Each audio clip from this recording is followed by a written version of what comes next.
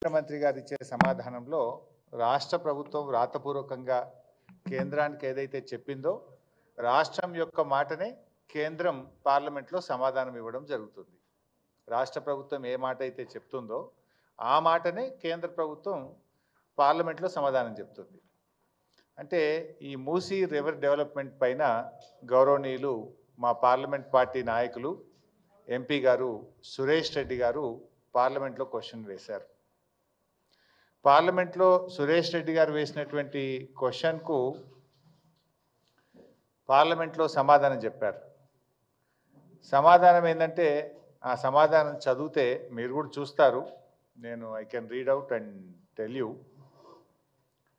The state government has also informed that rules Telangana state right to fair compensation and transparency in land acquisition, rehabilitation and resettlement rules 2014 and the right to fair compensation and transparency in land acquisition, rehabilitation and resettlement act 2013 would be followed for resettlement of the affected households and land acquisition అని ఇందులో చెప్పారు.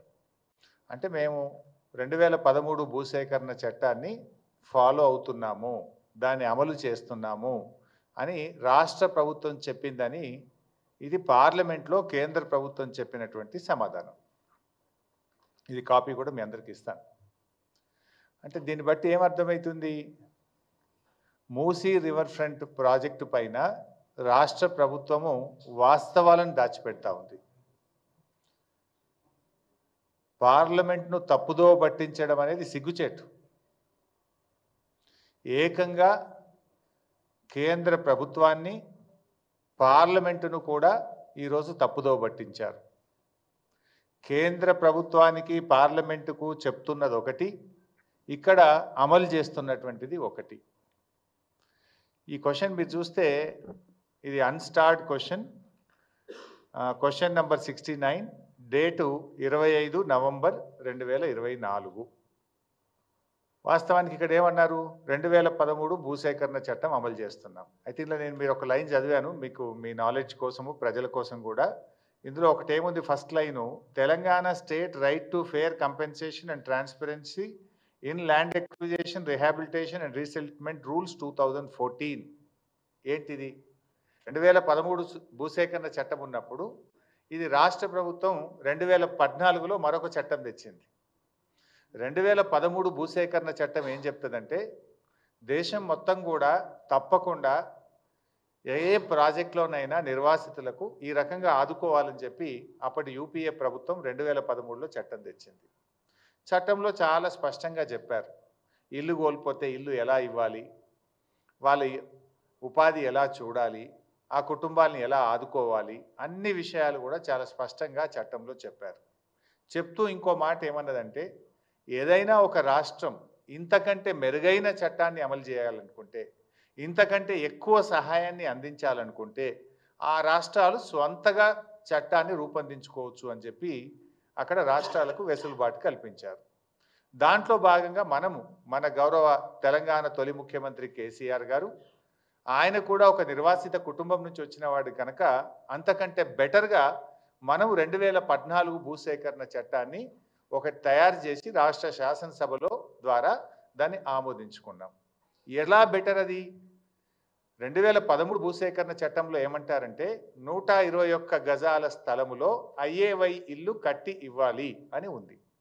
125 గజాల స్థలము IAY ఇల్లు. కానీ కేసీఆర్ గారు దాన్ని మన భూసేకరణ చట్టంలో 250 గజాల స్థలము డబుల్ బెడ్రూమ్ ఇల్లుగా మార్చారు. అంటే ఇంటి స్థలం డబుల్ అయింది. ఐఏవై ఇల్లు అంటే ఆ రోజు 1,20,000 రూపాయలు మాత్రమే. మన డబుల్ బెడ్రూమ్ ఇల్లు అంటే 5,04,000 రూపాయలు మినిమం, కొన్ని చోట్ల 5,70,000 6 లక్షలు కూడా అయింది. అంటే 1,30,000కు బదులు ఐఏవై ఇల్లు 5,04,000 ఇచ్చాం. 125 గజాలకు బదులు 250 గజాల స్థలం ఇచ్చాం. అదేవిధంగా వేజ్ లాస్ కూడా దానికి కొన్ని స్టిపులేటెడ్ రూల్స్ ఉంటే దానికంటే మెరుగ్గా మనం తెలంగాణ భూసేకరణ చట్టాన్ని ఈ రాష్ట్రంలో తెచ్చాం. అందుకే పార్లమెంట్లో కూడా ఏం చెప్పారు? ఈవెన్ టుడే మన రాష్ట్రంలో మనము 2013 చట్టానికి లోబడుతూనే అంతకంటే మెరుగైన చట్టం 2014 భూసేకరణ చట్టం ఈరోజు కూడా ఈ రాష్ట్రంలో అమల్లో ఉంది. అది శాసనసభ ద్వారా ఆమోదించి మనం చేశాం. అదే విషయాన్ని వీళ్ళు పార్లమెంట్కి చెప్పింది మంచిగున్నది కానీ అమలు చేసేది బాగలేదు. ఢిల్లీకి పార్లమెంటుకు చెప్పేది ఒకటి, క్షేత్రంలో జరుగుతున్నది మరొకటి. ఏం జరగాలి? ఏదైనా ఒక ప్రాజెక్టు చేపట్టినప్పుడు ఫస్ట్ ఐడెంటిఫికేషన్ ఆఫ్ బెనిఫిషరీస్, ఎవరైతే నష్టపోతున్నటువంటి కుటుంబాలు ఉన్నాయో వారిని గుర్తించాలి, వారందరినీ కూడా గుర్తించాలి.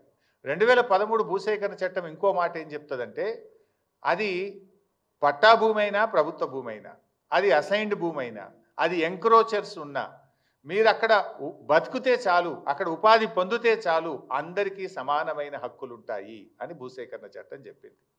అది ఎంక్రోచర్ అయినా, అసైనీ అయినా, లేదు ప్రభుత్వ భూమిలో ఉన్న, పట్టా భూమిలో ఉన్న అందరికీ సమానమైన చట్టాలు ఉంటాయనేది ఈ చట్టం చెప్తుంది. అయితే ఏం చేయాలి వీళ్ళు? ఫస్ట్ వాళ్ళను ఎన్యూమరేషన్ జరగాలి. ఎన్యూమరేషన్ జరిగి పిఎన్ నోటిఫికేషన్ 60 రోజుల టైం ఇస్తూ ప్రముఖ దినపత్రికల్లో నోటిఫికేషన్ ఇవ్వాలి. Family wise, structure wise notification ఇవ్వాలి. 60 రోజులు నోటిఫికేషన్ ఇచ్చి 60 రోజుల్లో అబ్జెక్షన్స్ కాల్ఫర్ చేస్తారు. ఆ వచ్చిన అబ్జెక్షన్స్ అన్నీ కూడా పరిగణలోకి తీసుకొని ఆ భూసేకరణ అధికారి దెన్ వాటన్నిటిని కూడా సార్ట్అవుట్ చేసి మరొక 30 రోజుల సమయాన్ని ఇస్తూ పీడీ నోటిఫికేషన్ ఇవ్వాలి. సో పిఎన్, పీడీ 2 నోటిఫికేషన్లు అయిపోయిన తర్వాత అన్ని అబ్జెక్షన్స్ను, వాళ్ళకున్న అనుమానాలను నివృత్తి చేసి అబ్జెక్షన్స్ అన్నీ కూడా సార్ట్అవుట్ చేసిన తర్వాత then they have to start the process. కానీ ఇక్కడ అసలు పిఎన్ వచ్చిందా? అసలు బెనిఫిషియరీ నోటిఫికేషన్ అయిందా? అసలు డిపిఆర్ వచ్చిందా? డిపిఆర్ లేదు, బెనిఫిషరీని గుర్తించలేదు, ఎన్యూమరేషన్ జరగలేదు, పిఎన్ నోటిఫికేషన్ రాలేదు, పీడీ రాలేదు, పేదల ఇండ్లు కూలగొట్టేసిండ్రు, తీసుకుపోయి డబుల్ బెడ్రూమ్లో వాడేసిండ్రు. వాస్తవానికి చట్టం ఏం చెప్తుంది? ఇది గతం మన రాష్ట్రంలో మేము అమలు చేశాం. కేసీఆర్ గారి నాయకత్వంలో మల్లన్న సాగర్లో కావచ్చు, కొండపోచమ్మ సాగర్లో కావచ్చు, పాలమూరు ఎత్తిపోతల పథకంలో కావచ్చు, సీతారామాలో కావచ్చు, అనేక ప్రాజెక్టులలో మన రాష్ట్రంలో అమలు చేసి ఉన్నాం. ఏం చేయాల్సి ఉంటుంది ఈ చట్ట ప్రకారంగా? First PN, take the objections and sort it out, then go for PD, take the objections and sort it out. PN, PD అయిన తర్వాత వాళ్ళు ఉంటున్నటువంటి స్ట్రక్చర్, అది గుడిసెనా, గూనె పెంకల ఇల్లా, అది పక్కా ఇల్లా, ఏదైనా కూడా ఆ ఇంటికి R&B లేదా పంచాయతీరాజ్ అధికారులు వెళ్ళి ఆ పాత ఇంటికి ఎంత వాల్యూ ఉంటుందో వాల్యుయేషన్ చేస్తారు. వాల్యుయేషన్ చేసి డిప్రిషియేషన్ కూడా, ఒకవేళ పాత స్ట్రక్చర్ అయితే డిప్రిషియేషన్ తీసేసి దాని నెట్ వాల్యూకు రెండంతల డబ్బును ఆ ఇంటి యజమానికి ఇవ్వాలి. ఇది జరిగిందా మన దగ్గర? నో. పాత ఇంటికి ఇంజనీర్లు ఎస్టిమేట్ చేసి డిప్రిషియేషన్ తీసేసి నెట్ వాల్యూ మీద రెండంతల డబ్బు ఆ ఇంటి యజమానికి ఇవ్వాలి. This is number 1. Number 2, wage loss. అంటే వాళ్ళు ఉపాధి కోల్పోతారు. నిజంగా మూసీలో ఎవరి ఇండ్లు పోయినా ఎక్కువ ఎవరి పోతున్నాయి ఈ నిమిషానికి?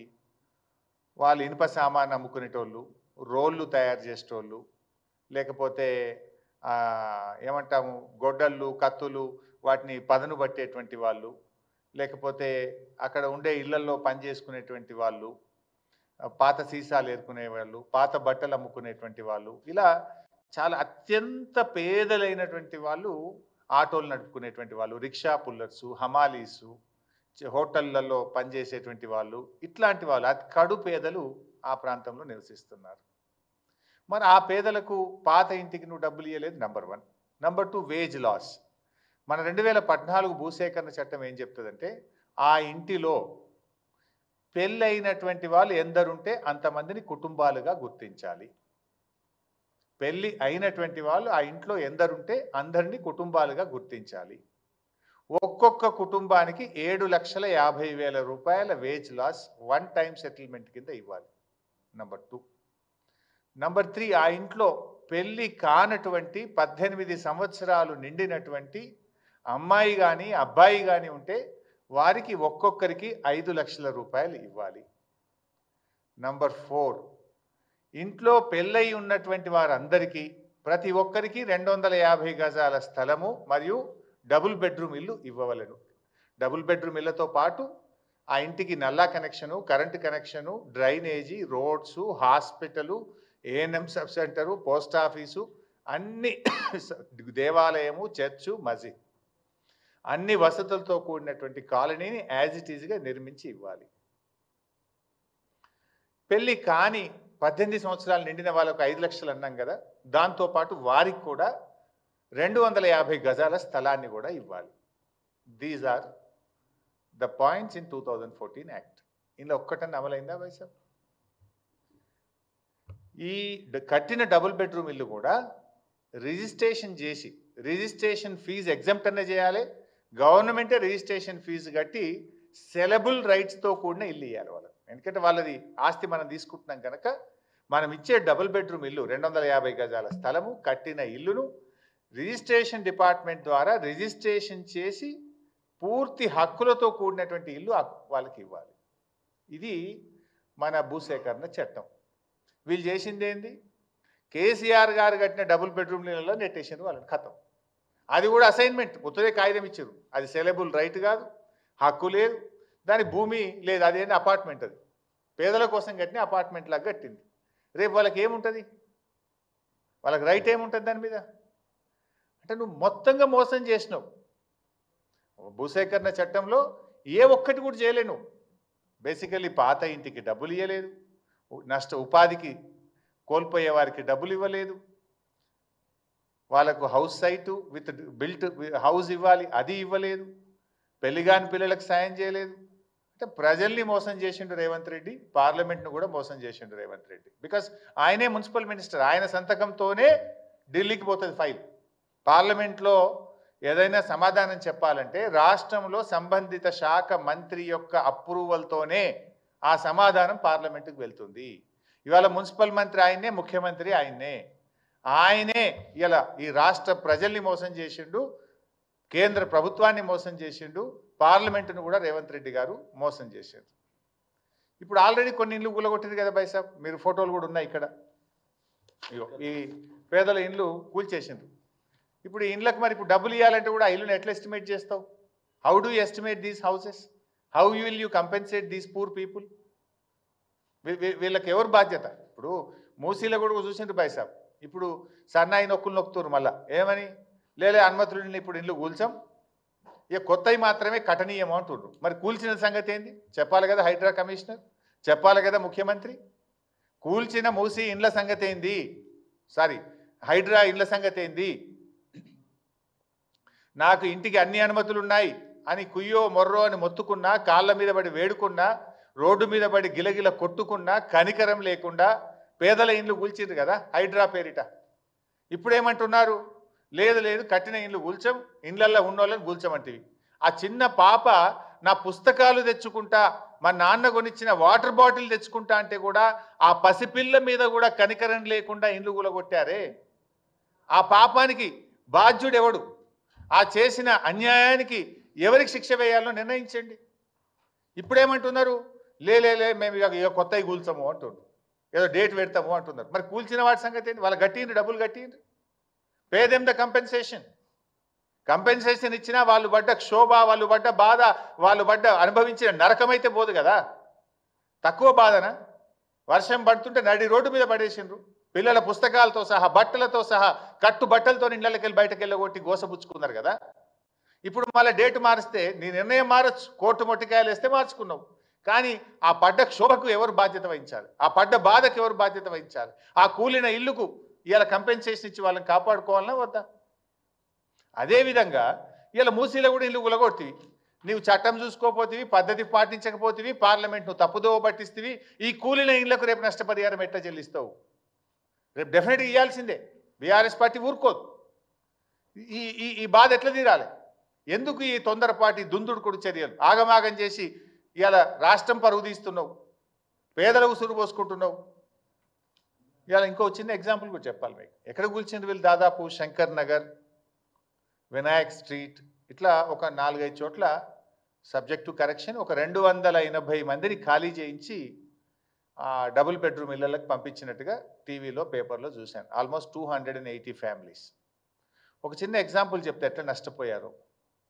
ఓల్డ్ మలక్పేట్లో శంకర్ నగర్లో ముజాహిద్ అనే ఒక ఆయన నివాసం ఉంటుండే. ఆయన పేరు ముజాహిద్. ఆయన భార్య పేరు షాహీన్ బేగం, ఆయన భార్య పేరు. సో షాహీన్ బేగం ముజాహిద్కు 3 కొడుకులు, 1 బిడ్డ. అందరికీ పెళ్ళిళ్ళు అయినాయి. అంటే 4 భార్యలు, 4 భర్తలు, అంటే వాళ్ళు 8 మంది, వీళ్ళు తల్లి తండ్రి 10 మంది, వాళ్ళకు పుట్టిన పిల్లలు కలిపి 16 మంది ఉంటున్నారు ఆ ఇంట్లో. ఓల్డ్ మలక్పేట్, శంకర్ నగర్, ఒక ఇంట్లో మూసి దాంట్లో 16 మంది ఉంటున్నారు. వీళ్ళు పోయినరు, ఆ ఇల్లు ఊలగొట్టి డబుల్ బెడ్రూమ్ ఇచ్చిండ్రు. ఆ డబుల్ బెడ్రూమ్లో 16 మంది ఉండగలుగుతారా? వాళ్ళు ఉంటున్న మూసి ఇంట్లో 8 గదులు ఉన్నాయి. 8 గదుల్లో 5 కుటుంబాలు బతుకుతున్నాయి. 3 కొడుకులు, 1 బిడ్డ, తల్లి తండ్రి. 8 గదుల ఇంట్లో 16 మంది నివసిస్తుంటే ఆ ఇల్లు కూలగొట్టి ఒక డబుల్ బెడ్రూమ్ ఇచ్చి మీరు వెళ్ళిపోండి అన్నారు. ఆ పాత ఇంటికి రూపాయి ఇయ్యలే. కానీ 2013 భూసేకరణ చట్టం ఏం చెప్తుందంటే, పెళ్ళైన వాళ్ళు ఇంట్లో ఎందరుంటే అన్ని డబుల్ బెడ్రూమ్లు ఇవ్వాలి. అంటే వీళ్ళకి ఎన్ని వస్తాయి? 5 డబుల్ బెడ్రూమ్ ఇల్లు రావాలి ఆ ఇంటికి. రావాలా? నువ్వేం చేసినావు? కేసీఆర్ కట్టించిన ఒక ఇల్లు ఇచ్చి వాళ్ళని బలవంతంగా నెట్టేసి నేనేదో గొప్ప పని చేసినా, మానవత దృక్పథంతో చేసినా అంటున్నావు. మానవత దృక్పథం కాదు, ఇట్ ఈస్ దేర్ రైట్. భారత రాజ్యాంగం, భారత పార్లమెంటు వాళ్ళకి ఇచ్చిన హక్కు అది. కానీ నువ్వు నేనేదో గొప్పగా చేసిన మానవతా దృక్పథం, నువ్వు గొప్పగా చేయలే.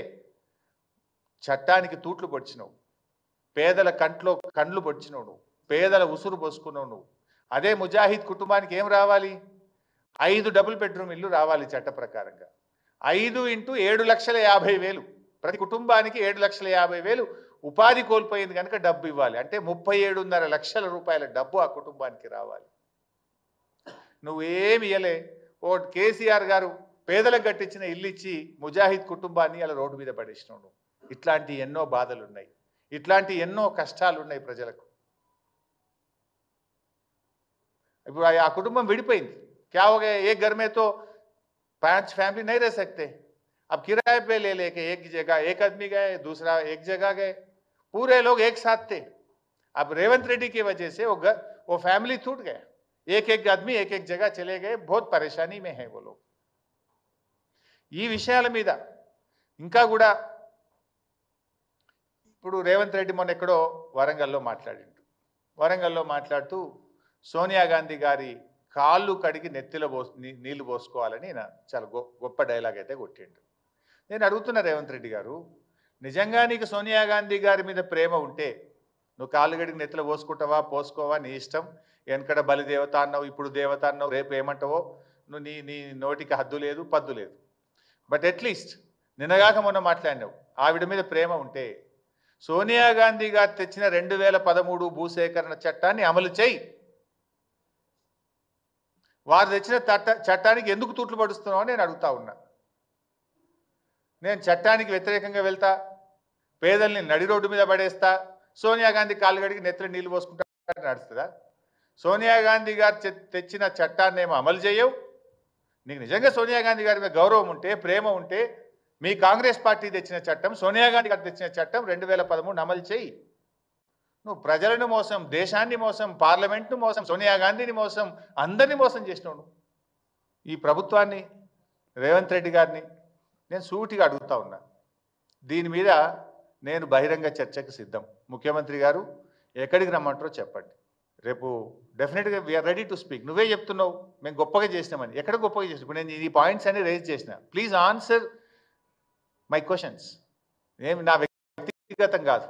ఇప్పుడు ఎట్లయిపోయిందంటే కాంగ్రెస్ పార్టీ ప్రతిపక్షంగా మేము ఏదైనా ప్రతిపక్షాన్ని మాట్లాడితే మా మీద బురద జల్లుడు, మా మీద ఏదో ఒక పాత తీసి బుల్డోజర్ ఎక్కిస్తారా, చంపేస్తా, తొక్కుతా, ఇవి కాదు కదా. తొక్కుతా, సంపుతా, బుల్డోజర్ ఎక్కిస్తా, లేకపోతే మా మీద ఏదో బురద జల్లుడు, మీ లీడర్లను పెట్టించి మమ్మల్ని తిట్టించుడు. This is not the solution. If you are fair, come on, let us discuss. I'm ready for open discussion. ఏ టీవీ ఛానల్ కూర్చుందామా, ఎక్కడ కూర్చుందాం చెప్పు. సెక్రటరియట్ రమ్మన్నా నేను వస్తా. పెట్టు, ఆల్ పార్టీ మీటింగ్ పెడతా అని మాట్లాడినావు మూసీ మీద మేము మాట్లాడితే. Yes we are ready to come and discuss అని చెప్పినాం. కేటీఆర్ గారు చెప్పారు, నేను కూడా చెప్పాను. ఎందుకు పెట్టలే ఆల్ పార్టీ మీటింగ్? పెడితే ఈ అన్ని ఇష్యూస్ మేము డిస్కస్ చేద్దాం కదా, ఎందుకు పెట్టలేను? పార్లమెంటు తప్పుదో పట్టిస్తున్నావు, 2013 భూసేకరణ చట్టం అమలు చేస్తున్నాను. సోనియా గాంధీని కూడా మోసం చేస్తున్నావు నువ్వు. అందువల్ల దీని మీద బహిరంగ చర్చ పెట్టాలి. లేదు ఆల్ పార్టీ పెట్టండి, we are ready to give suggestions. చాలా స్పష్టంగా చెప్పాం, మూసీ పునరుద్ధరణకు బీఆర్ఎస్ వ్యతిరేకం కాదు, కానీ మూసీ ముసుగులో రియల్ ఎస్టేట్ వ్యాపారానికి వ్యతిరేకమని చెప్పాం. మూసీ ముసుగులో రాష్ట్ర ప్రభుత్వ నిధులు కొల్లగొట్టడానికి వ్యతిరేకమని చెప్పాను తప్ప మూసీ ప్రాజెక్ట్ అది ప్రారంభించిందే కేసీఆర్ అండ్ బీఆర్ఎస్ పార్టీ. దీని మీద డెఫినెట్గా ఒకటి బహిరంగ చర్చకు ప్రభుత్వాన్ని డిమాండ్ చేస్తున్నాం. రెండు, బీఆర్ఎస్ పార్టీ మా పార్లమెంట్ పార్టీ నాయకుడు సురేష్ రెడ్డి గారు పార్లమెంట్లో ప్రివిలేజ్ మోషన్ కూడా మూవ్ చేస్తాం. ఎందుకంటే మీరు కేంద్ర ప్రభుత్వాన్ని పార్లమెంట్ను కూడా తప్పుదో పట్టించింది కనుక దీని మీద మా సురేష్ రెడ్డి గారు పార్లమెంట్లో బీఆర్ఎస్ పార్టీ ఎంపీలు ప్రివిలేజ్ మోషన్ కూడా మూవ్ చేస్తారు. Because they misguided. మూడవది, న్యాయస్థానానికి కూడా వెళ్తాం ఆ నిరుపేదల పక్షాన. వాళ్లకు right to fair compensation act 2014 ప్రకారంగా వాళ్ళకు న్యాయబద్ధంగా చట్ట ప్రకారంగా రావాల్సిన అన్ని హక్కులు వారికి కల్పించడం కోసం బీఆర్ఎస్ లీగల్ సెల్ ఆధ్వర్యంలో న్యాయస్థానాలకు కూడా వెళ్ళి పూర్తి స్థాయిలో ఆ పేదలకు సాయం చేయడానికి బీఆర్ఎస్ పార్టీ కృషి చేస్తుంది. 4, శాసనసభ సమావేశాలు ఏదో 9వ తేదీ నుంచి ప్రారంభం చేస్తామని అన్నారు. తప్పకుండా దీనిపైన బీఆర్ఎస్ పార్టీ శాసనసభలో కూడా ప్రభుత్వాన్ని నిలదీస్తుంది, ప్రభుత్వాన్ని ప్రశ్నిస్తుంది. మేము ఈ మూసీ బాధితులకు పూర్తి సహాయం జరిగే విధంగా రేపు శాసనసభలో కూడా బీఆర్ఎస్ పార్టీ పోరాడుతుంది. Thank you.